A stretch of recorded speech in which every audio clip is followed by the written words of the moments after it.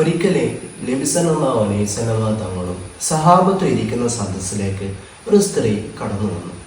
നബി സല്ലല്ലാഹു അലൈഹി വസല്ലമ തങ്ങൾ പുഞ്ചിരിച്ചുകൊണ്ട് തൻ്റെ മേൽത്തട്ടം ആ സ്ത്രീക്ക് ഇരിക്കാൻ വേണ്ടി വിരിച്ചു കൊടുത്തു.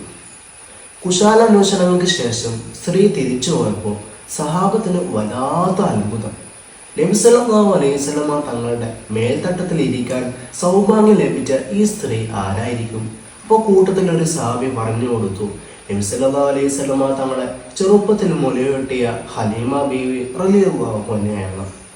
നബി സല്ലല്ലാഹു അലൈഹി വസല്ലമ തങ്ങളുടെ ജീവിതത്തിൽ പോറ്റുമാക്ക് പോലും വലിയ സ്ഥാനമായിരുന്നു. ഇതെന്തിനാ ഇവിടെ പറഞ്ഞത് എന്നല്ലേ? ഒരു കാരണമുണ്ട്. ഇതാണ് അതിൻ്റെ കാരണം. നമ്മുടെ കൊച്ചു കേരളത്തിൽ കൂണ് പൊഴിയുന്നത് പോലെയാണ് വൃദ്ധസദനങ്ങൾ ഉയർന്നു വരുന്നത്. ഒരു കാലത്ത് നമുക്ക് താങ്ങും തണലുമായവർ പിന്നീട് നമുക്ക് ഭാരമാകുന്ന കാഴ്ച വല്ലാത്ത വേദനയാണ്. മാതാപിതാക്കളുടെ മുഖത്ത് നോക്കി പുഞ്ചിരിക്കൽ പോലും ധർമ്മമാണെന്നാണല്ലോ അവിടുന്ന് നമുക്ക് പഠിപ്പിച്ചു തന്ന കാര്യം. നമ്മുടെ മാതാപിതാക്കളെ എപ്പോഴും നമ്മോടൊപ്പം തന്നെ ചേർത്ത് പിടിക്കും.